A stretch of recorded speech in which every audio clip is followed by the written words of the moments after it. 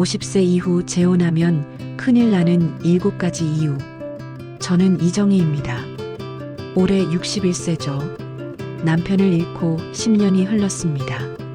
그 긴 시간 동안 저는 하루하루를 똑같이 보냈어요.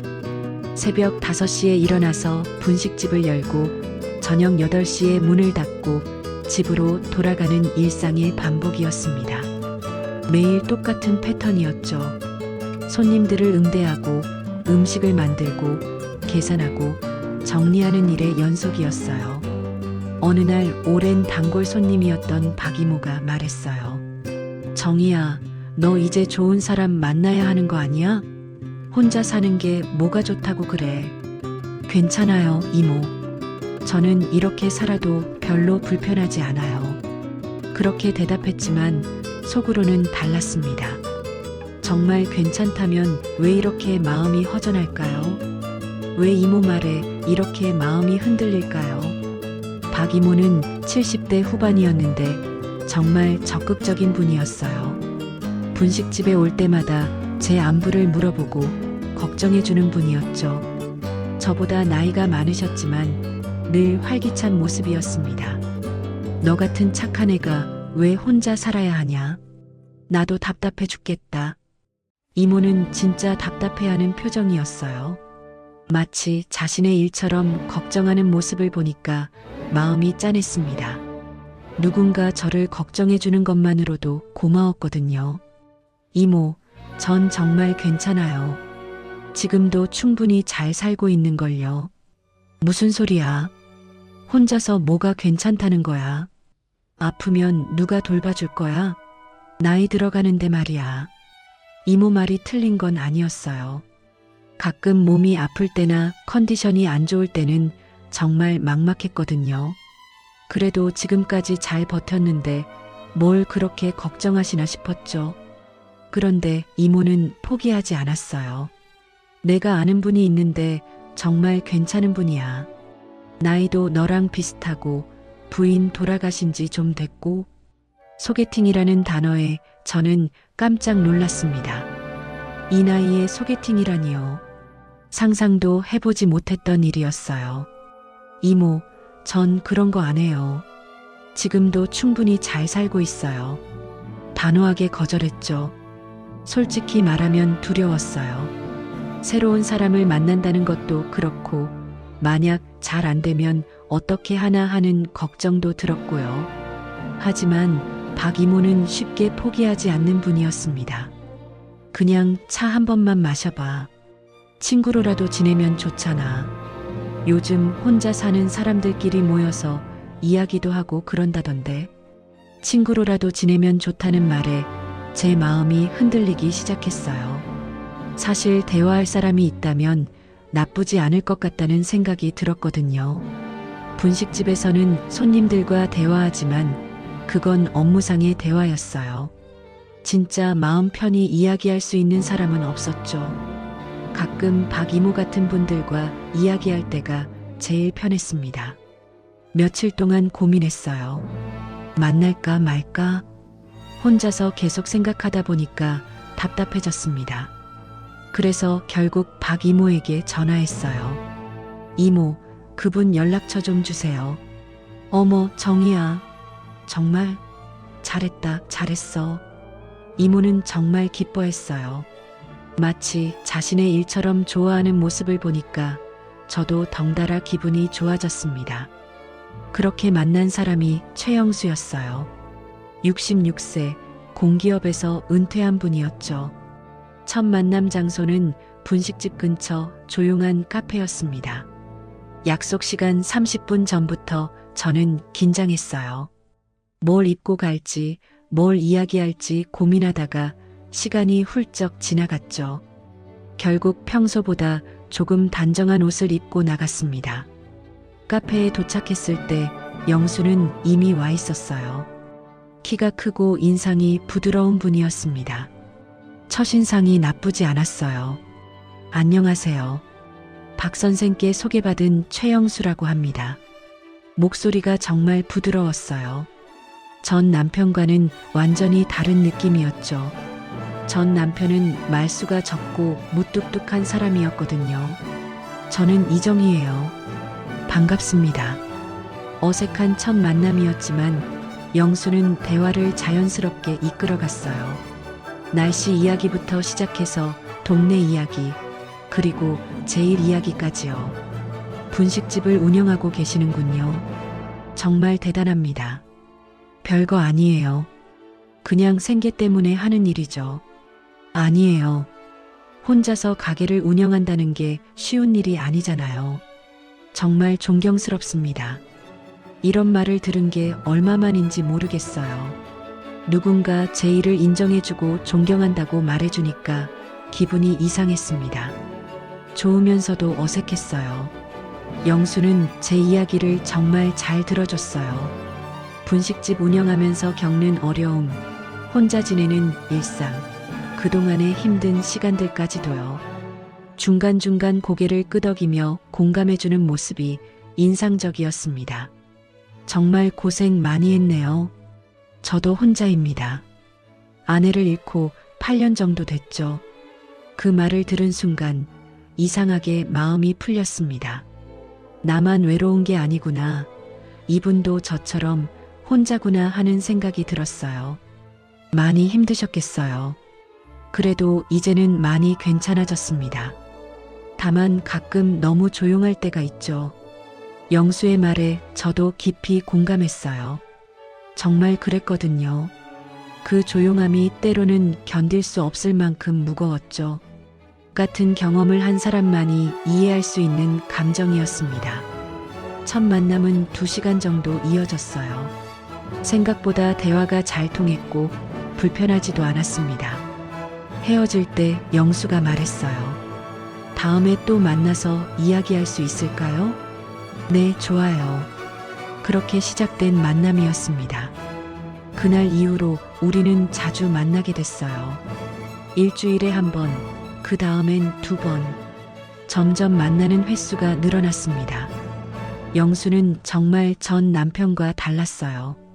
제 말을 끝까지 들어줬고 공감도 해줬습니다. 그랬겠네요. 힘들었겠어요. 라는 말을 자주 했죠. 그런 말들이 저에게는 큰 위로가 됐어요. 저는 모르게 비교하게 됐습니다.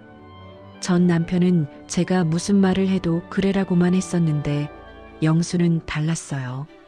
제 이야기에 진심으로 관심을 보여줬고 때로는 조언도 해줬습니다. 정희는 정말 대단한 것 같아요. 혼자서 가게도 운영하고 이렇게 밝게 살고 그런 말을 들을 때마다 기분이 좋아졌어요. 오랫동안 잊고 있었던 감정이었죠.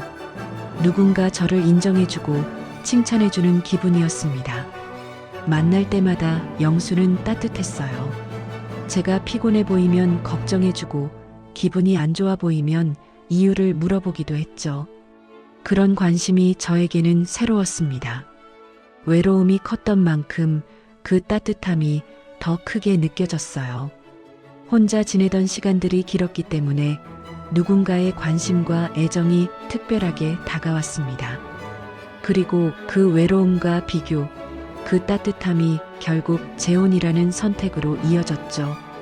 그때는 몰랐어요. 외로움 때문에 내린 선택이 얼마나 위험한지를, 비교를 통해 만든 판단이 얼마나 불완전한지를 말입니다. 첫 만남 이후로 영수와의 연애는 정말 빠르게 흘러갔습니다. 일주일에 1번이던 만남이 어느새 일주일에 2번, 3번으로 늘어났어요. 전화 통화도 매일같이 하게 됐죠. 오늘 하루는 어땠어요? 영수는 매일 저녁 이런 안부 인사로 전화를 시작했습니다. 처음엔 어색했지만 점점 익숙해졌어요. 하루 있었던 일들을 누군가에게 이야기한다는 게 이렇게 좋은 건지 몰랐습니다. 분식집에서 있었던 재미있는 일들, 힘들었던 순간들, 손님들과의 에피소드까지 모든 걸 영수에게 털어놨어요. 영수도 마찬가지였습니다. 은퇴 후 지루한 일상, 가끔 만나는 옛 동료들 이야기, 혼자 보내는 시간들에 대해 솔직하게 말해줬죠. 만날 때마다 영수는 작은 선물을 가져왔어요. 제가 좋아한다고 했던 호두과자, 분식집에서 쓸 수 있는 좋은 기름, 때로는 예쁜 꽃 한 송이까지요. 이런 건 안 가져오셔도 되는데요. 별거 아니에요. 그냥 보다가 생각나서요.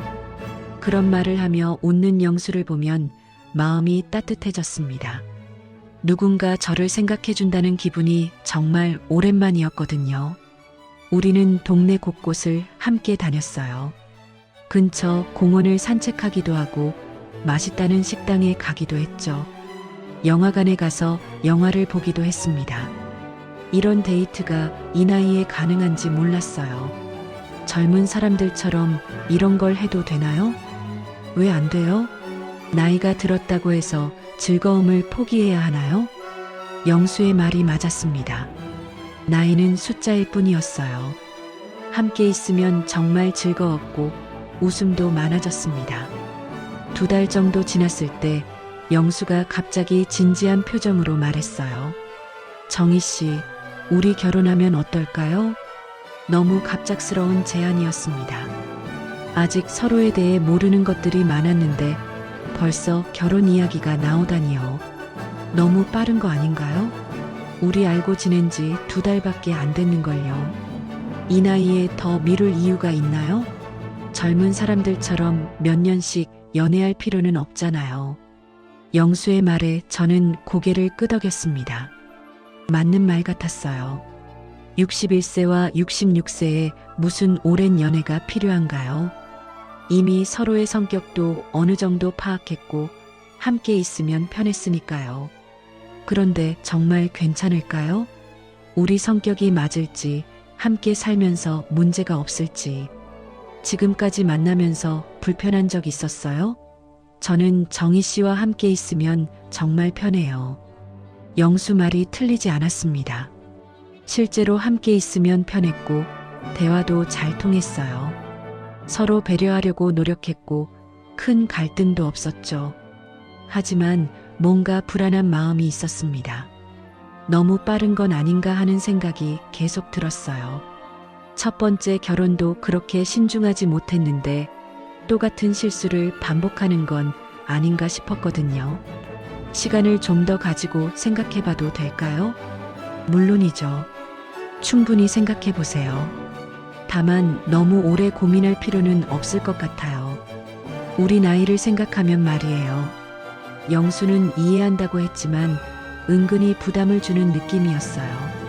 나이를 핑계로 재촉하는 것 같았습니다. 그날 밤 집에 돌아와서 혼자 곰곰 생각해 봤어요. 영수와 결혼하면 어떨까요? 더 이상 혼자가 아니니까 외롭지 않을 거고 서로 의지하며 살 수 있을 텐데요. 분식집 일도 함께 도와줄 수 있을 것 같았어요. 계산이나 청소 같은 간단한 일들 말이죠. 둘이 함께하면 훨씬 수월할 거라는 생각이 들었습니다. 무엇보다 아프거나 힘들 때 옆에 있어줄 사람이 있다는 게 가장 큰 장점 같았어요. 혼자 늙어가는 게 가장 무서웠거든요. 반대로 걱정되는 부분들도 있었습니다. 영수에게 딸이 있다고 했는데 저를 어떻게 생각할지 모르겠어요. 또 서로 다른 생활 패턴에 적응할 수 있을지도 의문이었죠. 하지만 그런 걱정들을 하나하나 따지기 시작하면 끝이 없을 것 같았습니다. 완벽한 사람도 완벽한 결혼도 없으니까요. 일주일 정도 고민한 후 저는 영수에게 답을 했어요. 좋아요. 결혼해요. 정말요? 정말 감사해요, 정희 씨. 영수는 정말 기뻐했습니다. 마치 큰 복권에 당첨된 사람처럼 기뻐하는 모습을 보니까 저도 덩달아 기분이 좋아졌어요. 결혼 준비는 간단하게 하기로 했습니다. 이미 각자 집이 있으니까 새로 집을 구할 필요도 없었고 혼수나 예단 같은 것들도 생략하기로 했죠. 우리 나이에 그런 건 필요 없어요. 간단하게 혼인신고만 하고 가족들끼리만 식사 한 번 하면 되지 않을까요? 영수의 제안에 저도 동의했습니다. 복잡한 절차보다는 실질적인 것들이 더 중요하다고 생각했거든요. 그런데 막상 결혼 이야기가 구체화되니까 뭔가 아쉬운 마음이 들었어요. 너무 빨리 진행되는 게 아닌가 하는 생각이 다시 들었습니다. 서로의 가족들도 제대로 만나보지 못했고 함께 살 집에 대한 구체적인 계획도 없었어요. 누구 집에서 살지, 생활비는 어떻게 나눌지, 이런 현실적인 문제들은 논의조차 하지 않았습니다. 하지만 이미 결정한 일이니까 돌이킬 수는 없었어요. 늦었다는 조급함이 모든 판단을 앞서갔습니다. 그때는 정말 몰랐어요. 속도가 빠를수록 확인해야 할 것들이 줄어든다는 사실을, 그리고 그 확인하지 못한 것들이 나중에 얼마나 큰 문제가 될지를 말입니다. 혼인신고를 마치고 영수 집으로 이사한 지 일주일쯤 됐을 때였습니다. 저는 아직 새로운 환경에 적응하느라 정신이 없었어요. 분식집에서 집까지의 거리도 달라졌고 집안의 모든 것들이 낯설었죠. 영수는 자신의 집에서 계속 살자고 했습니다. 제 집보다 크고 깔끔하다는 이유였어요. 저도 별다른 이의가 없었습니다.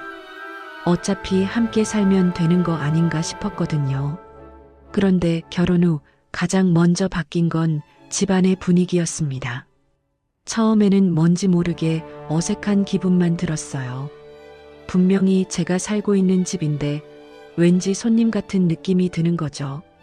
영수는 결혼 전부터 딸 민지가 자주 온다고 했었어요. 39세인 민지는 결혼하지 않고 혼자 살면서 아버지를 자주 챙겨준다고 했죠. 효녀라고 자랑스럽게 이야기하기도 했습니다. 민지가 일주일에 2~3번은 와요. 청소도 해주고 반찬도 해다주고 정말 고마운 딸이에요. 그때는 대수롭지 않게 들었어요. 효성스러운 딸이 아버지를 챙기는 게 나쁠 게 뭐가 있겠어요. 오히려 보기 좋은 일이라고 생각했죠. 하지만 실제로 경험해보니 생각과는 달랐습니다. 민지는 정말 자주 집에 드나들기 시작했어요. 처음엔 일주일에 2~3번이라더니 거의 격일로 오는 것 같았습니다. 그것도 미리 연락하고 오는 게 아니었어요. 갑자기 나타나서 아빠 안녕하세요라고 인사하고는 자연스럽게 집 안으로 들어오는 거죠.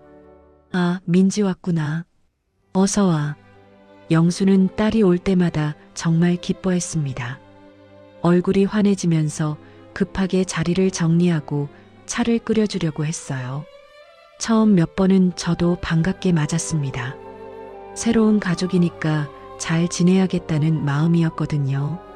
안녕하세요, 민지 씨. 오늘도 오셨네요. 네, 안녕하세요. 민지의 대답은 늘 그랬습니다. 짧고 건조했어요. 말투는 공손했지만 뭔가 거리감이 느껴졌죠.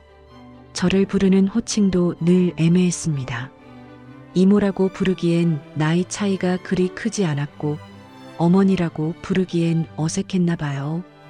그래서 대부분 호칭 없이 안녕하세요라고만 인사했습니다. 민지가 올 때마다 집 분위기는 미묘하게 바뀌었어요. 영수는 딸 앞에서는 완전히 다른 사람이 됐습니다. 평소보다 말이 많아지고 뭔가 들뜬 모습이었어요. 민지야, 요즘 일은 어떠니? 힘들지 않고? 괜찮아요, 아빠. 걱정 마세요. 그래도 너무 무리하지 마. 몸이 제일 중요한 거야. 이런 부녀 간의 대화가 이어지는 동안 저는 어디에 끼어들어야 할지 몰랐습니다. 그냥 조용히 앉아서 듣고만 있어야 하는 건지 아니면 뭔가 말을 해야 하는 건지 판단이 서지 않았어요. 민지는 집에 오면 자연스럽게 집안을 둘러봤습니다. 냉장고를 열어보기도 하고 화장실이나 방 상태를 확인하기도 했죠. 마치 자신의 집을 점검하는 것 같았어요. 아빠, 청소기 필터 갈아야겠네요. 다음에 새 것 사다 드릴게요. 아, 그래. 고마워, 민지야. 그리고 이 세제는 너무 독해요. 몸에 안 좋아요. 다른 걸로 바꿔서 쓰세요. 이런 식으로 집안의 소소한 것들을 하나하나 지적하고 바꿔주겠다고 했습니다. 처음엔 세심하고 좋은 딸이라고 생각했어요. 하지만 점점 이상한 느낌이 들기 시작했습니다. 민지가 하는 말과 행동들이 마치 제가 집을 제대로 관리하지 못한다는 뜻으로 들렸거든요. 음식 관리 좀 더 신경 쓰셔야겠어요. 유통기한 지난 것들이 꽤 있네요. 냉장고를 점검하고 나서 민지가 한 말이었습니다. 유통기한이 하루 이틀 지난 반찬 몇 개를 보고 한 얘기였어요. 아, 죄송해요. 제가 깜빡했나 봐요. 저는 당황해서 사과했습니다. 하지만 속으로는 기분이 좋지 않았어요. 하루 이틀 지난 반찬 정도야 충분히 먹을 수 있는 건데 왜 이렇게 지적하는 건지 이해가 안 됐거든요. 아빠가 나이 드시면서 이런 부분을 신경 못 쓰시는 것 같아요. 앞으로 제가 자주 확인해 드릴게요. 민지의 말에 영수는 고개를 끄덕였습니다. 마치 제가 정말로 집 관리를 못한다는 식으로요. 저는 점점 위축되기 시작했습니다. 내가 뭔가 잘못하고 있는 건가 하는 생각이 들었거든요. 하지만 곰곰 생각해보면 특별히 잘못한 게 없었어요. 민지가 올 때마다 이런 일들이 반복됐습니다. 집안의 이것저것을 체크하고 개선점을 찾아내고 자신이 해결해 주겠다고 나서는 거죠. 아빠, 이 소파 너무 낡았어요. 새 걸로 바꿔드릴까요? 아니야, 민지야. 이 소파가 편해서 바꾸고 싶지 않아. 그래도 보기에 안 좋아요. 손님들이 오면 창피하지 않아요? 손님이라고 하면서 저를 힐끔 보는 민지의 시선이 느껴졌습니다. 마치 제가 그 손님 중 하나인 것처럼 말이에요. 가장 이상했던 건 민지가 집안에서의 제 역할을 자꾸 축소시키려고 한다는 점이었습니다. 아빠, 빨래는 제가 해갈게요. 이렇게 하면 안 돼요. 아빠, 약은 제가 정리해 드릴게요. 복용법이 복잡해서요. 아빠, 식사도 제가 챙겨 드릴게요. 영양 관리가 중요해요. 제가 할 수 있는 일들을 하나둘씩 가져가는 느낌이었어요. 마치 저는 이 집에서 아무 역할도 하지 못하는 사람이라는 식으로요. 영수는 딸의 이런 행동에 대해 전혀 문제의식을 느끼지 못하는 것 같았습니다. 오히려 기뻐하기까지 했어요. 민지가 너무 잘해줘서 고마워. 이런 딸을 뒀으니 내가 복이 많지. 그런 말을 들을 때마다 저는 점점 이상한 기분이 들었습니다. 제가 이 집의 주인인지 아니면 그냥 얹혀 사는 사람인지 헷갈리기 시작했어요. 민지는 항상 아버지를 위해서라는 명분을 내세웠습니다. 아버지의 건강, 아버지의 편안함, 아버지의 안전. 모든 것이 아버지 중심이었어요. 아빠가 편하셔야 하는데 이런 식으로 하면 불편하실 것 같아요. 아빠 건강을 생각하면 이건 좀 바꿔야 할 것 같아요. 이런 식으로 말하면 영수는 절대 반박하지 않았습니다. 딸이 자신을 걱정해서 하는 말이라고 생각하는 거죠.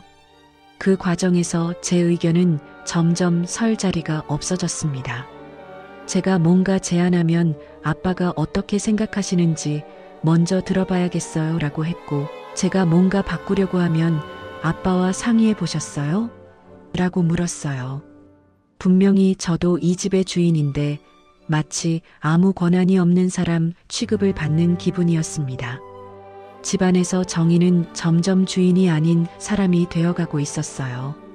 그리고 그 변화는 너무 자연스럽게, 너무 교묘하게 이루어지고 있었습니다. 민지의 말투는 늘 공손했고 하는 행동들도 겉으로 보기에는 효심에서 나온 것 같았어요. 하지만 그 결과는 제가 이 집에서 점점 투명인간이 되어가는 것이었습니다. 그때까지도 저는 이것이 시간이 지나면 자연스럽게 해결될 문제라고 생각했어요. 서로 적응하면 좋아질 거라고 믿었죠. 하지만 그건 제가 너무 순진한 생각이었습니다. 상황은 좋아지기는커녕 점점 더 복잡해져 갔거든요. 민지의 방문이 잦아질수록 저는 이상한 패턴을 발견하기 시작했습니다. 민지는 단순히 아버지를 챙기는 것에서 그치지 않았어요. 점점 더 깊숙한 부분까지 관여하려고 했죠.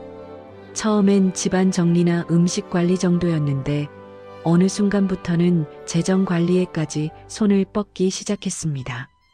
아빠, 통장 정리 좀 해야겠어요. 이렇게 여러 곳에 나눠 놓으면 관리가 어려워요. 결혼한 지 한 달쯤 됐을 때 민지가 한 말이었어요. 영수가 가지고 있던 여러 개의 통장과 적금에 대해 이야기하는 거였죠. 괜찮아, 민지야. 지금까지 이렇게 해왔는데 뭘. 아니에요, 아빠. 나이 드시면서 이런 관리가 점점 어려워질 거예요. 미리미리 정리해놔야 해요. 민지는 늘 그랬습니다. 아버지를 위해서라는 명분을 앞세웠어요. 그러면 영수는 더 이상 반박하지 않았죠. 저는 그 대화를 들으면서 좀 이상하다는 생각이 들었습니다. 영수는 아직 정정하고 판단력도 멀쩡한데 왜 벌써 그런 걱정을 하는 건지 이해가 안 됐거든요.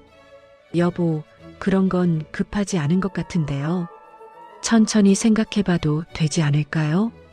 제가 조심스럽게 의견을 말했습니다. 하지만 민지의 반응은 차갑더라고요. 아버지 일인데 왜 끼어드세요? 아버지를 위해서 하는 얘기예요. 그 말에 저는 할 말이 없었습니다. 남편의 재정 문제에 아내가 의견을 내는 게 끼어드는 일인가요? 하지만 민지 앞에서는 제가 아무것도 아닌 사람 같은 기분이 들었어요. 영수는 그런 상황에서도 민지를 말리지 않았습니다. 민지가 걱정해서 그러는 거야. 고마운 일이지. 이런 식으로 딸을 두둔했어요. 제가 불편해하는 기색을 보여도 신경 쓰지 않았습니다. 재산 이야기는 거기서 그치지 않았어요. 민지는 점점 더 구체적인 계획들을 제시하기 시작했습니다. 아빠, 노후를 생각하면 지금 집을 정리하는 것도 고려해봐야 해요. 너무 큰 집에 혼자 사시기엔 관리도 어렵고. 혼자가 아니야, 민지야. 정희와 함께 살고 있잖아. 그래도 나중을 생각하면요. 아빠 나이를 생각해보세요. 민지는 제가 옆에 있는데도 마치 제가 없는 사람인 것처럼 이야기했어요. 나중을 생각한다는 게 무슨 뜻인지 뻔했습니다. 저와의 결혼이 오래가지 않을 거라는 전제로 말하는 거죠. 그리고 요양원 정보도 미리 알아봐두면 좋을 것 같아요. 좋은 곳은 대기가 길다고 하니까요. 요양원 이야기까지 나왔을 때는 정말 기가 막혔습니다. 영수는 아직 건강하고 활동적인데 벌써 요양원 이야기를 하다니요. 민지야, 그런 이야기는 너무 이른 것 같은데. 영수도 좀 당황하는 기색이었어요. 하지만 민지는 단호했습니다. 아빠, 미리 준비하는 게 좋아요. 갑자기 필요할 때 허둥지둥하면 안 되잖아요. 아직 그럴 나이가 아닌데. 나이는 숫자예요. 언제 무슨 일이 생길지 모르니까 대비해야죠. 이런 대화를 들으면서 저는 점점 불안해졌습니다. 민지가 생각하는 미래에는 저의 자리가 없다는 게 너무 명확했거든요. 노후 계획, 재산 관리, 요양원 선택. 모든 것을 민지가 주도하려고 했고 영수는 그것을 당연하게 받아들였어요. 정희 씨는 어떻게 생각하세요? 가끔 민지가 저에게 의견을 묻기도 했습니다. 하지만 그건 진짜로 제 의견이 궁금해서가 아니었어요. 형식적인 질문일 뿐이었죠. 저는 아직 그런 걱정할 단계가 아닌 것 같은데요. 여보도 건강하시고 그렇게 생각하시는군요. 하지만 현실적으로 생각해야 해요. 민지는 항상 이런 식으로 제 의견을 무시했습니다. 저를 현실을 모르는 사람 취급했어요. 생활 방식에 대한 간섭도 점점 심해졌습니다. 아빠, 저녁 시간이 너무 늦어요. 소화에 안 좋아요. 요즘 텔레비전을 너무 크게 보시는 것 같아요. 청력 검사 받아보세요. 산책을 규칙적으로 하셔야 해요. 건강 관리가 중요해요. 이런 식으로 영수의 일상 하나하나에 개입했습니다. 그리고 그때마다 저는 아무 말도 할 수 없었어요. 아내인 제가 남편의 생활에 대해 뭔가 제안하려고 하면 아버지를 위해서 하는 얘기라는 말로 차단당했거든요. 아빠, 분식집 일도 너무 많이 도우시는 것 같아요. 몸에 무리가 가지 않을까요? 심지어 제 분식집 일에까지 간섭하기 시작했습니다. 영수가 가끔 분식집에 와서 간단한 일을 도와주곤 했는데 그것마저 문제 삼는 거였어요. 별로 무리되는 일이 아니야, 민지야. 그냥 간단한 거 도와주는 거야. 아빠가 그렇게 생각하시더라도 몸은 정직해요. 나이를 생각하셔야죠. 결국 영수는 분식집 일 돕는 것도 줄이게 됐습니다. 민지가 계속 걱정한다고 하니까 미안해하면서 말이에요. 저는 그런 영수가 안타까웠습니다. 분식집 일을 도우면서 보람도 느끼고 즐거워했는데 딸 때문에 그것까지 포기하게 된 거죠. 여보, 민지 씨가 너무 걱정하는 것 같아요. 적당히 하셔도 될 텐데. 정희야, 민지는 나를 걱정해서 그러는 거야. 고마워해야지. 영수는 딸의 간섭을 간섭이라고 생각하지 않았어요. 모든 걸 사랑과 걱정으로 해석했습니다. 그런 영수를 보면서 저는 답답했습니다. 딸이 아버지를 걱정하는 건 좋은 일이지만 이 정도면 과도한 것 아닌가요? 민지는 심지어 저희 부부의 관계에도 개입하려고 했습니다. 아빠, 요즘 너무 피곤해 보이세요. 충분히 쉬셔야 해요. 이런 말을 하면서 저를 힐끔힐끔 쳐다보는 거였어요. 마치 제가 영수를 피곤하게 만드는 원인이라는 식으로 말이죠. 괜찮아, 민지야. 별로 피곤하지 않아. 아니에요, 아빠. 얼굴이 예전 같지 않아요. 스트레스를 받으시는 것 같은데. 스트레스를 받는다는 말에 저는 깜짝 놀랐습니다. 제가 영수에게 스트레스를 주고 있다는 뜻인가요? 무슨 스트레스? 별로 그런 건 없는데. 아빠는 말씀을 안 하시지만 제가 보기엔 그래요. 새로운 환경에 적응하시느라 힘드실 거예요. 새로운 환경이라는 표현이 묘했습니다. 영수 자신의 집인데 새로운 환경이라니요. 제가 들어왔기 때문에 새로운 환경이 됐다는 뜻이겠죠. 이런 식으로 민지는 자연스럽게 모든 일에 끼어들었습니다. 그리고 그때마다 아버지를 위해서라는 명분을 내세웠어요. 영수는 그런 딸을 전혀 말리지 않았습니다. 오히려 고마워했죠. 민지가 걱정해서 그러는 거야 라는 말을 입에 달고 살았어요. 저는 그때 깨달았습니다. 이 집에는 이미 보이지 않는 질서가 있다는 것을, 그리고 그 질서에서 제가 들어갈 자리는 없다는 것을요. 민지와 영수 사이에는 오랜 시간 쌓인 특별한 관계가 있었어요. 그것은 단순한 부녀 관계를 넘어서는 무언가였습니다. 민지는 자신이 아버지의 인생에서 가장 중요한 사람이라고 확신하고 있었어요. 그리고 영수도 그것을 당연하게 받아들이고 있었죠. 저는 그 사이에 끼어든 침입자 같은 기분이었습니다. 아무리 노력해도 그들만의 세계에는 들어갈 수 없을 것 같았어요. 착한 딸이라는 이름으로 포장된 민지의 행동들은 사실 하나의 큰 벽이었습니다. 그리고 그 벽은 저와 영수 사이를 점점 멀어지게 만들고 있었어요. 민지가 있을 때와 없을 때의 영수는 완전히 다른 사람이었습니다. 딸이 있으면 저는 투명 인간이 됐고, 딸이 없을 때만 비로소 부부 같은 느낌이 들었어요. 하지만 민지가 없는 시간은 점점 줄어들고 있었습니다.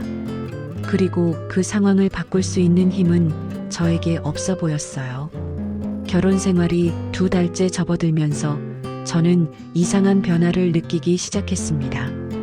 혼자 살 때는 전혀 문제가 되지 않았던 일상들이 갑자기 설명해야 할 일이 되어버린 거예요. 가장 먼저 문제가 된 건 제 수면 패턴이었습니다. 저는 원래 분식집 일 때문에 일찍 자고 일찍 일어나는 편이었어요. 하지만 가끔 몸이 피곤하거나 컨디션이 안 좋을 때는 좀 더 잠을 자곤 했죠. 혼자 살 때는 아무도 뭐라고 하지 않았습니다. 제 몸이고 제 시간이니까요. 늦잠을 자든 일찍 일어나든 그건 순전히 제 선택이었어요. 그런데 결혼 후에는 달랐습니다. 어느 일요일 아침 평소보다 2시간 늦게 일어났는데 영수가 이상한 표정으로 저를 봤어요. 몸이 안 좋아? 평소보다 많이 늦게 일어나네. 아니요. 그냥 좀 피곤해서 더 잤어요. 아, 그래. 근데 이렇게 늦게 일어나면 하루 계획이 다 틀어지는데. 하루 계획이 틀어진다는 말에 저는 당황했습니다. 일요일인데 무슨 특별한 계획이 있었나 싶어서요. 무슨 계획이 있었나요? 특별한 건 아니고 그냥 보통 이 시간에는 함께 아침을 먹고 산책하고 그러잖아. 보통 이 시간에 함께 아침을 먹는다고 했지만 그런 약속을 한 적이 없었어요. 그냥 자연스럽게 그렇게 됐을 뿐이었는데 언제부터인가 그게 규칙처럼 되어버린 거죠. 죄송해요. 다음부터는 미리 말씀드릴게요. 제가 사과하자 영수는 괜찮다고 했지만 기분이 좋아 보이지는 않았어요. 마치 제가 약속을 어긴 것처럼 느끼는 것 같았습니다. 그 일 이후로 저는 늦잠을 자기가 어려워졌습니다. 혹시 영수가 또 그런 표정을 지을까봐 걱정됐거든요. 혼자만의 시간을 갖는 것도 문제가 됐습니다. 저는 원래 혼자 있는 시간을 좋아하는 편이었어요. 책을 읽거나 음악을 듣거나 그냥 아무 생각 없이 창밖을 바라보는 시간들이 필요했죠. 혼자 살 때는 그런 시간을 마음대로 가질 수 있었습니다. 하루 일과가 끝나고 나면 온전히 제 시간이었으니까요. 하지만 결혼 후에는 그런 시간을 갖는 것조차 눈치가 됐습니다. 제가 혼자 방에 있으면 영수는 불안해했어요. 뭐 하고 있어? 혹시 기분이 안 좋아? 아니에요. 그냥 좀 조용히 있고 싶어서요. 왜? 무슨 일 있어? 제가 혼자 있고 싶다고 하면 영수는 꼭 이유를 물어봤습니다.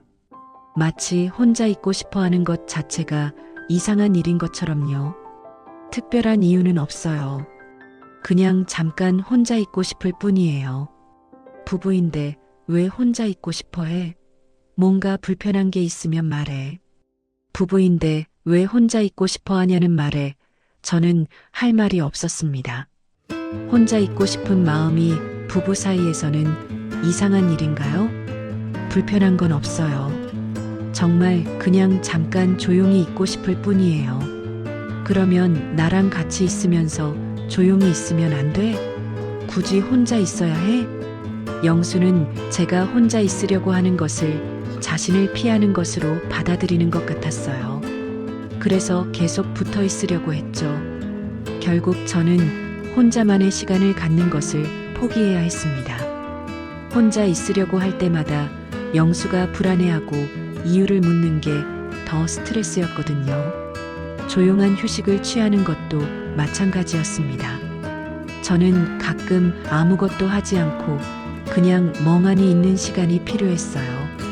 특별히 뭘 하거나 생각하지 않고 그냥 조용히 쉬는 시간 말이에요. 혼자 살 때는 그런 시간을 자유롭게 가졌습니다. 소파에 누워서 천장을 보고 있거나 창가에 앉아서 밖을 바라보거나 하는 시간들이요. 하지만 영수는 그런 제 모습을 보면 뭔가 해야 할 일이 있는 것처럼 말했어요. 그냥 있지 말고 뭔가 해. 텔레비전이라도 보든지. 전 이렇게 있는 게 좋아요. 이렇게 있으면 뭐가 좋아? 시간 아깝잖아. 영수에게는 아무것도 하지 않는 시간이 낭비로 보였나 봐요. 항상 뭔가 생산적인 일을 해야 한다고 생각하는 것 같았습니다. 부부인데 그건 너무 자유로운 거 아니야? 어느 날 제가 혼자 책을 읽고 있을 때 영수가 한 말이었어요. 너무 자유롭다는 표현이 이상했습니다. 책 읽는 게 너무 자유로운 일인가요? 책 읽는 게 뭐가 자유로워요? 혼자서만 하는 일이잖아. 나는 빼놓고. 영수는 제가 혼자 하는 모든 일을 자신을 배제하는 행동으로 받아들였어요. 책 읽기, 음악 듣기, 조용히 쉬기 같은 당연한 일상들까지도 말이죠. 그럼 뭘 해야 해요? 둘이서 같이 할 수 있는 걸 하지. 텔레비전도 보고 이야기도 하고. 영수가 원하는 건 제가 항상 그와 함께 시간을 보내는 것이었어요. 혼자만의 시간이나 공간은 필요 없다고 생각하는 것 같았습니다. 그런데 이상한 건 영수 자신은 혼자만의 시간을 가졌다는 점이었어요. 신문을 보거나 라디오를 들을 때는 저에게 같이 하자고 하지 않았거든요. 여보도 혼자 신문 보시잖아요. 그건 다르지. 신문은 남자들이 보는 거야. 이런 식으로 자신만의 기준을 적용했습니다. 자신이 하는 일은 당연하고 제가 하는 일은 이상하다는 식으로요. 민지가 이런 상황에 기름을 부었습니다. 제가 혼자 있는 걸 보면 영수에게 뭔가 귀띔하는 것 같았어요. 아빠, 요즘 많이 외로우시겠어요. 신혼인데 혼자 계시는 시간이 많은 것 같던데. 민지의 이런 말을 들은 후 영수는 더욱 제가 혼자 있는 것을 싫어하게 됐습니다. 정희야, 우리 함께 있자. 혼자 있지 말고. 잠깐만 혼자 있을게요. 금방 나갈게요. 왜? 내가 싫어? 나랑 있는 게 불편해? 영수는 점점 예민해졌어요. 제가 조금이라도 혼자 있으려고 하면 자신을 거부하는 것으로 받아들였습니다. 그 말이 반복될수록 저는 정말 숨이 막히는 것 같았습니다. 제가 원하는 건 단순히 혼자만의 시간이었는데 그것조차 허락되지 않는 기분이었어요. 혼자 살 때는 당연했던 모든 것들이 결혼 후에는 설명해야 할 일이 됐습니다. 왜 늦잠을 잤는지, 왜 혼자 있고 싶은지, 왜 조용히 쉬고 싶은지 모든 걸 설명해야 했어요. 그리고 그 설명들은 대부분 받아들여지지 않았습니다. 영수에게는 이해할 수 없는 행동들이었거든요. 저는 점점 제 자신을 잃어가는 기분이었어요. 제가 원하는 대로 살 수 없고 항상 영수의 기준에 맞춰야 했습니다. 자유로운 것이 나쁜 일인 줄 몰랐습니다. 혼자 있고 싶어 하는 것이 이상한 일인 줄도 몰랐어요. 하지만 결혼 생활에서는 그런 것들이 모두 문제가 됐습니다. 부부는 모든 걸 함께 해야 해. 영수의 이런 생각은 바뀌지 않았어요. 그리고 저는 그 틀에 맞춰 살아야 했습니다. 숨이 막히는 것 같았지만 참아야 했어요. 이게 결혼 생활인가 보다, 이렇게 살아야 하는 건가 보다 하면서 말이죠.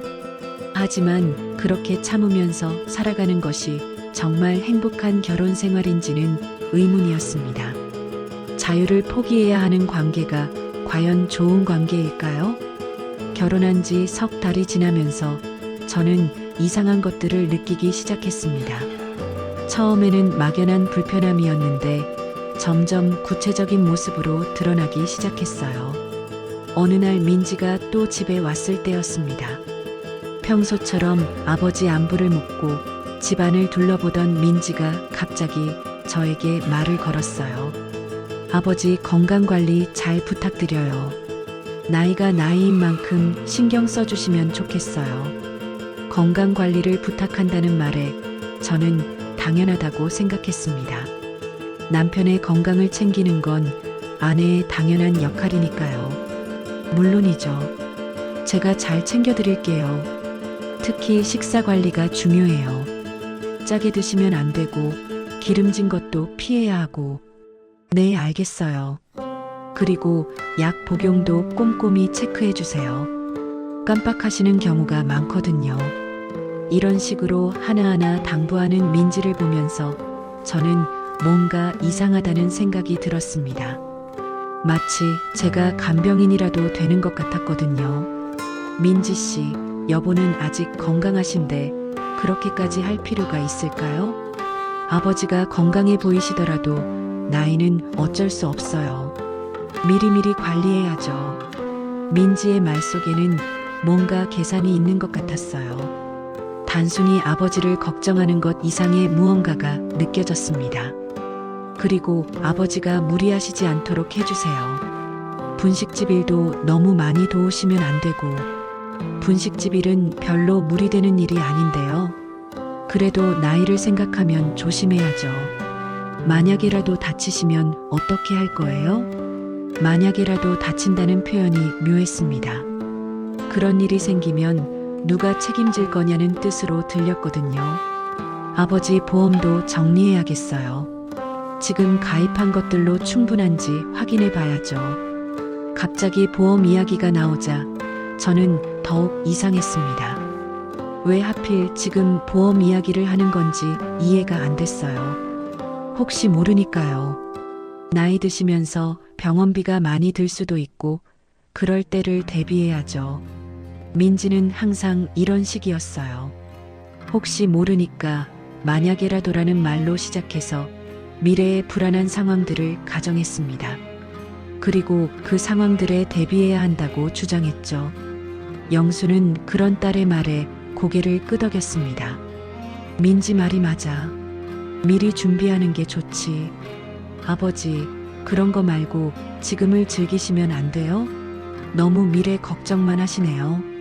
제가 조심스럽게 의견을 말했지만 민지의 반응은 차갑더라고요. 현실을 생각해야죠. 지금 즐기는 것도 좋지만 대비는 해야 하는 거 아니에요? 현실을 생각해야 한다는 말에 저는 할 말이 없었습니다. 마치 제가 현실을 모르는 철없는 사람 같은 기분이 들었어요. 그런 민지를 보면서 저는 깨달았습니다. 민지의 말 속에는 계산이 있다는 것을. 아버지의 건강, 재산, 미래에 대한 모든 계획에 자신이 중심에 서려고 한다는 것을요. 영수도 마찬가지였습니다. 민지가 이런 이야기를 할 때마다 적극적으로 동조했어요. 하지만 구체적인 결정을 내리려고 하면 항상 미뤘습니다. 그래, 민지 말이 맞아. 그런데 이런 건 천천히 생각해보자. 아빠, 미루시면 안 돼요.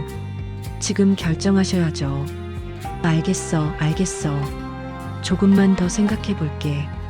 이런 식으로 결정을 회피하는 영수를 보면서 저는 답답했습니다. 중요한 문제들에 대해서는 자신의 의견을 분명히 말하지 않고 계속 미루기만 했거든요. 여보, 어떻게 생각해요? 제가 의견을 물어봐도 마찬가지였어요. 글쎄, 민지가 알아서 해줄 텐데 뭘. 이런 식으로 모든 결정을 민지에게 맡기려고 했습니다. 영수의 말 속에는 회피가 있었어요. 책임지기 싫어하고 결정 내리기 싫어하는 마음이 느껴졌습니다. 그런 영수를 보면서 저는 실망했습니다. 결혼 전에는 그렇게 다정하고 든든했는데 실제로 함께 살아보니 완전히 다른 사람 같았어요. 여보, 우리 둘이서 상의해서 결정해야 하는 거 아닌가요?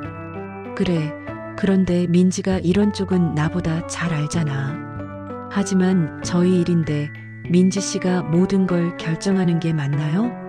민지는 걱정해서 그러는 거야. 나쁜 마음이 아니라고. 영수는 항상 이런 식으로 딸을 두둔했습니다. 제가 불편해하는 기색을 보여도 민지 편을 들었어요. 그런 상황들이 반복되면서 저는 알기 시작했습니다. 이 결혼에서 저는 사랑의 대상이 아니라 역할이라는 것을. 영수가 저를 사랑해서 결혼한 게 아니라 필요해서 결혼했다는 것을요. 영수에게 필요한 건 누군가의 돌봄이었습니다. 혼자 사는 게 외롭고 불편하니까 누군가 옆에서 챙겨줄 사람이 필요했던 거죠. 식사 준비, 집안 정리, 건강 관리 같은 실질적인 도움 말이에요. 민지에게 필요한 건 아버지 관리였습니다. 나이 든 아버지를 누군가 대신 돌봐주면 자신은 편해지니까요.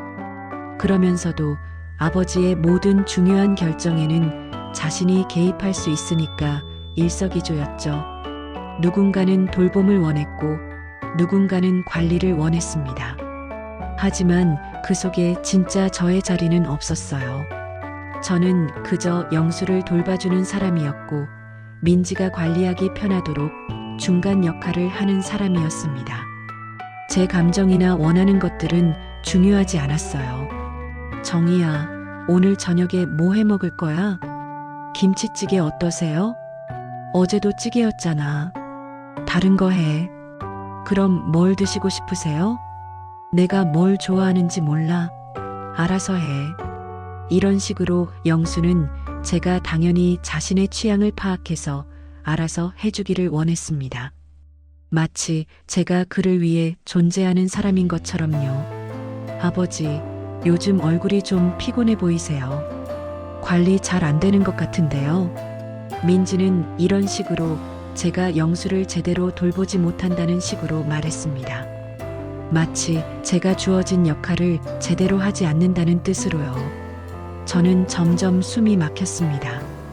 사랑받고 싶어서 결혼했는데 사랑은 없고 역할만 있었어요. 인격체로 대접받고 싶었는데 그냥 기능하는 사람 취급만 받았습니다. 혼자 살 때가 그리워지기 시작했어요. 그때는 적어도 제가 주인이었거든요. 외롭기는 했지만 존중받지 못하지는 않았어요. 지금은 외롭지도 않고 존중받지도 못했습니다. 누군가는 옆에 있지만 저를 진짜로 사랑하는 사람은 없었어요. 그저 저의 역할만 필요로 하는 사람들 뿐이었습니다. 재혼의 목적이 완전히 어긋나기 시작했습니다. 행복해지려고 한 결혼이 오히려 저를 불행하게 만들고 있었어요. 하지만 그걸 누구에게 말할 수 있을까요? 겉으로 보기에는 아무 문제가 없어 보였거든요. 영수도 민지도 나쁜 사람들이 아니었고 대놓고 저를 괴롭히는 것도 아니었어요. 다만 저의 존재 자체가 인정받지 못할 뿐이었습니다. 그리고 그게 가장 힘든 일이었어요. 결혼한 지 4달이 지나면서 저는 완전히 다른 사람이 되어 있었습니다. 예전에 당당했던 제 모습은 어디에도 없었어요. 대신 늘 눈치를 보고 조심하는 사람이 되어 있었죠. 아침에 일어나서부터 잠들 때까지 저는 끊임없이 조심했습니다. 혹시 영수가 싫어할까봐, 혹시 기분 나빠할까봐, 혹시 저 때문에 불편해할까봐요. 여보, 오늘 날씨가 좋네요. 산책하실래요? 이런 간단한 제안조차 조심스럽게 해야 했습니다. 혹시 영수가 다른 계획이 있거나 피곤해할까봐 걱정됐거든요. 지금, 글쎄, 민지가 올 수도 있는데, 민지가 올 수도 있다는 말에 저는 또 움츠러들었습니다. 민지의 일정이 저희 부부의 일정보다 우선이 된 지 오래였어요. 그럼 나중에 해도 돼요. 언제든 좋아요. 아니야, 괜찮아. 그런데 너무 멀리 가지는 말자. 이런 식으로 모든 대화가 이루어졌습니다. 제가 뭔가 제안하면 영수는 조건을 달거나 제약을 했어요. 그리고 저는 그것을 당연하게 받아들여야 했죠. 여보, 제 친구가 만나자고 하는데 어떠세요? 어떤 친구? 뭐하러? 제가 누구를 만나려고 하면 영수는 꼼꼼히 따져 물었습니다. 누구인지, 어디서 만날 건지, 몇 시에 돌아올 건지까지요. 분식집 때 알던 손님이었는데 그냥 차나 마시려고요. 꼭 만나야 해? 집에서 쉬는 게 좋지 않을까? 영수는 제가 다른 사람들과 만나는 것을 별로 좋아하지 않았어요. 특히 제 과거와 관련된 사람들과 만나는 것은 더욱 싫어했죠. 아니에요, 괜찮아요. 안 만나도 돼요. 결국 저는 거의 모든 만남을 포기해야 했습니다. 영수가 싫어할까봐, 기분 나빠할까봐 걱정돼서요. 분식집 일도 마찬가지였어요. 처음에는 지지해주던 영수가 점점 제약을 가하기 시작했습니다. 너무 늦게까지 하지 마. 몸에 안 좋아. 손님들이 너무 까다로우면 스트레스 받을 텐데. 이제 혼자가 아니니까 무리하지 마. 이런 식으로 제 일에 개입했어요. 겉으로는 걱정해서 하는 말 같았지만 실제로는 제 활동 영역을 줄이려는 것 같았습니다. 제가 분식집에서 돌아오면 영수는 항상 물어봤어요. 오늘 뭐 있었어? 힘든 일은 없었고? 괜찮았어요. 별일 없었어요. 정말 표정이 좀 안 좋은 것 같은데. 제 표정을 계속 살피면서 뭔가 문제가 있는지 확인했습니다. 마치 제가 무슨 나쁜 일을 당했을 거라고 전제하는 것 같았어요. 정말 괜찮아요. 그냥 조금 피곤할 뿐이에요. 그것 봐, 역시 무리했지. 내가 뭐라고 했어. 이런 식으로 제가 힘들어하는 것을 당연하게 생각했습니다. 그리고 그럴 때마다 분식집 일을 줄이라고 권했어요. 민지는 그런 아버지를 더욱 부추겼습니다. 아버지 말씀이 맞아요. 나이 드시면서 무리하시면 안 되죠. 누구 얘기야, 민지야? 정희 씨 얘기죠. 분식집 일이 만만한 게 아닌데 나이를 생각하시면 좀 줄이시는 게 좋을 것 같아요. 제가 바로 앞에 있는데도 저에 대한 이야기를 3인칭으로 했습니다. 마치 제가 그 자리에 없는 사람인 것처럼요. 민지 씨, 제가 아직 그럴 나이는 아닌 것 같은데요. 그래도 조심하시는 게 좋죠. 몸이 고생하면 아버지도 걱정되시잖아요. 아버지가 걱정된다는 이유로 제 일까지 제약하려고 했습니다. 그리고 영수는 그런 딸의 말에 고개를 끄덕였어요. 이런 상황들이 계속되면서 저는 점점 위축됐습니다. 뭘 해도 지적받을 것 같고 뭘 말해도 문제가 될 것 같았어요. 관계는 자연스럽게 갑과 을이 되었습니다. 영수와 민지가 갑이고 저는 을이 됐죠. 모든 결정은 그들이 내렸고 저는 따라야 하는 사람이 됐습니다. 정희야, 우리 이사하는 게 어떨까? 어느 날 갑자기 영수가 이사 이야기를 꺼냈습니다. 이사요? 갑자기 왜요? 민지가 그러는데 이 집이 너무 크대. 관리하기도 어렵고 또 민지 이야기였습니다. 모든 중요한 결정에는 민지의 의견이 앞섰어요. 저는 이 집이 좋은데요. 분식집에서도 가깝고 그래도 민지 말을 들어보니까 일리가 있어. 작은 집으로 옮기면 관리도 편하고 제 의견보다는 민지의 의견이 더 중요했습니다. 저는 그저 동의하거나 거부할 수 있을 뿐이었어요. 여보 혼자 결정하신 거예요? 아니야, 민지랑 상의했지. 민지와는 상의했지만 저와는 상의하지 않았다는 뜻이었습니다. 아내인 저보다 딸인 민지의 의견이 더 중요한 거죠. 저도 의견을 말할 수 있는 거 아닌가요? 물론이지. 그래서 지금 물어보는 거잖아. 하지만 이미 민지와 결정한 후에 저에게 물어보는 것은 진짜 의견을 묻는 게 아니었어요. 그냥 형식적으로 동의를 구하는 것일 뿐이었습니다. 전 이사하기 싫어요. 왜? 뭐가 싫어? 이 집이 좋아요. 굳이 옮길 이유가 없는 것 같고. 그런데 민지가 너무 걱정하는데 결국 모든 건 민지로 귀결됐습니다. 민지가 걱정한다면 제 의견은 중요하지 않았어요. 민지 씨 걱정보다 저희 생활이 더 중요한 거 아닌가요? 민지도 가족이야.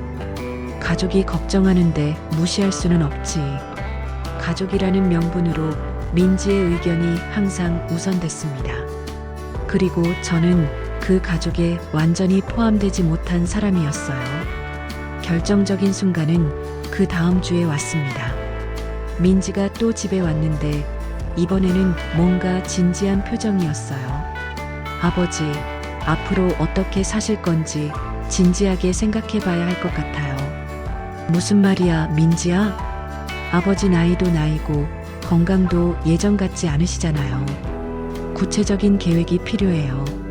건강이 예전 같지 않다는 말에 저는 의아했습니다. 영수는 아직 건강했거든요. 나는 괜찮은데 뭘. 아버지가 괜찮다고 하시지만 객관적으로 봐야죠. 민지는 영수의 말을 무시하고 자신의 의견을 고집했습니다. 그리고 솔직히 말씀드리면 지금 상황이 아버지한테 좋은 것 같지 않아요. 지금 상황이 좋지 않다는 말에 저는 가슴이 철렁했습니다. 무슨 뜻인지 뻔했거든요. 무슨 뜻이야? 아버지가 스트레스를 많이 받으시는 것 같아요. 새로운 환경, 새로운 사람들. 새로운 사람이라는 건 저를 가리키는 말이었습니다. 제가 영수에게 스트레스를 준다는 뜻이었어요. 민지야, 그런 말 하지 마. 영수가 말렸지만 민지는 계속했습니다. 아버지, 현실을 봐야 해요.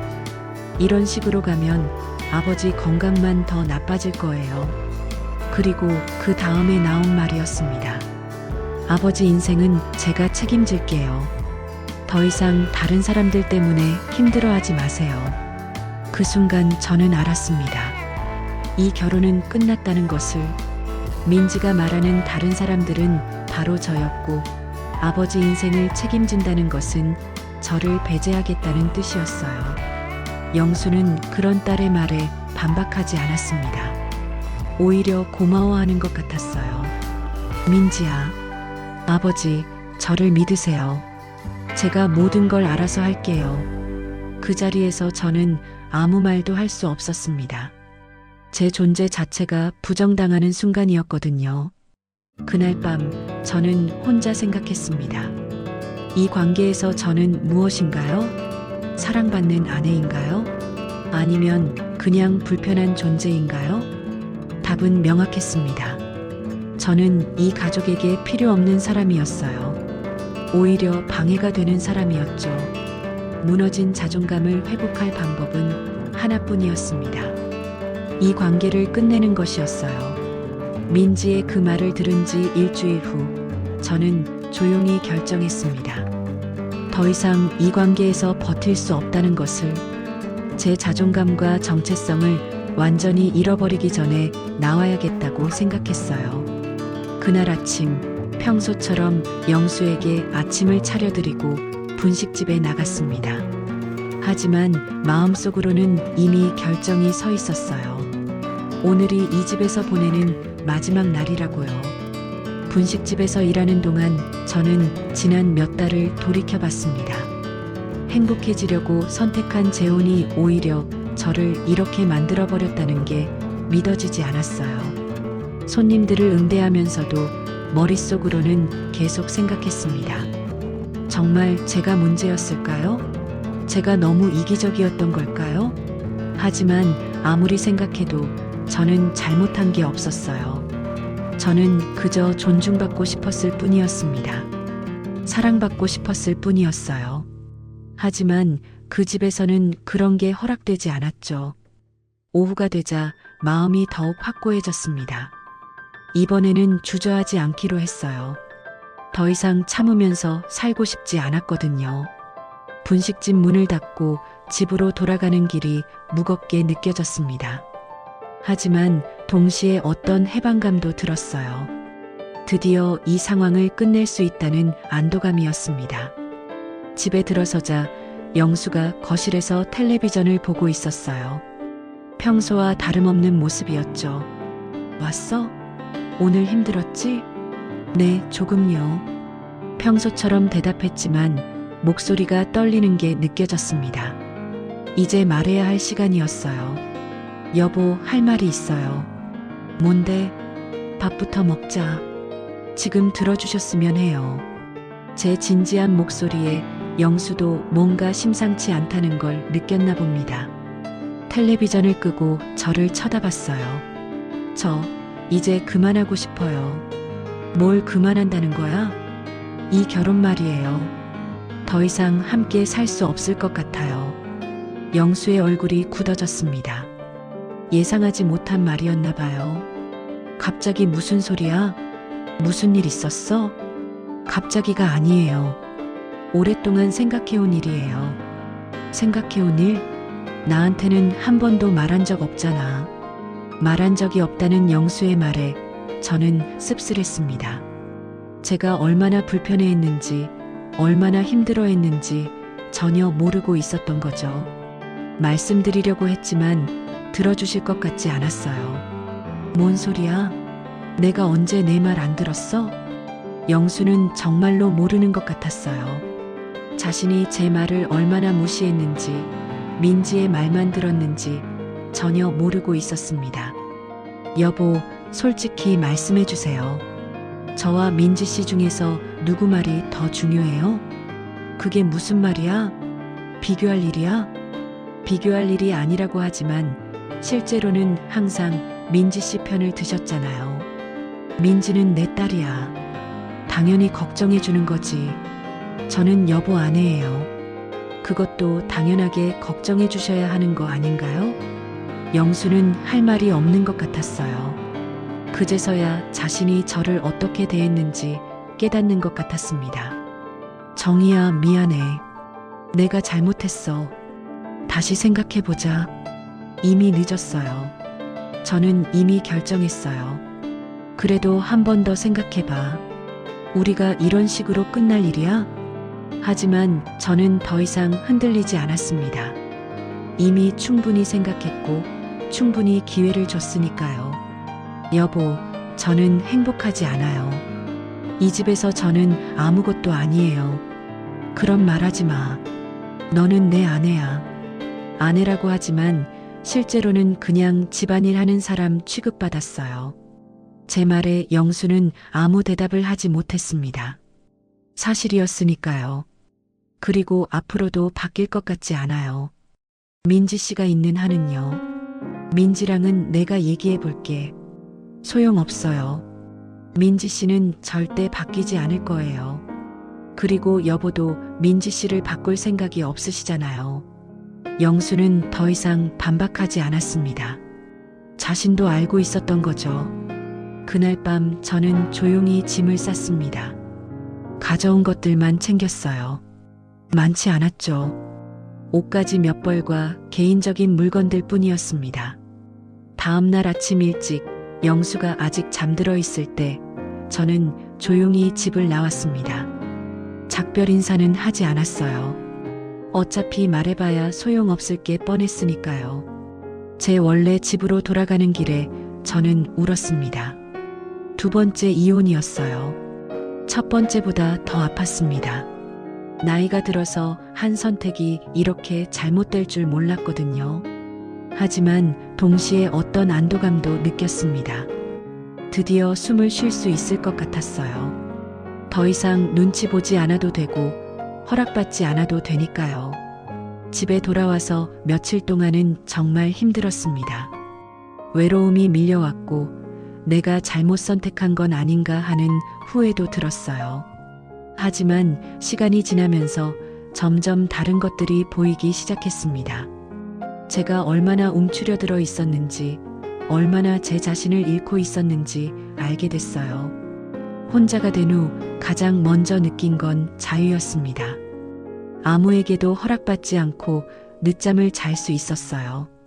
아무에게도 설명하지 않고 혼자만의 시간을 가질 수 있었죠. 분식집 일도 다시 즐거워졌습니다. 누구의 눈치도 보지 않고 제가 하고 싶은 대로 할 수 있었거든요.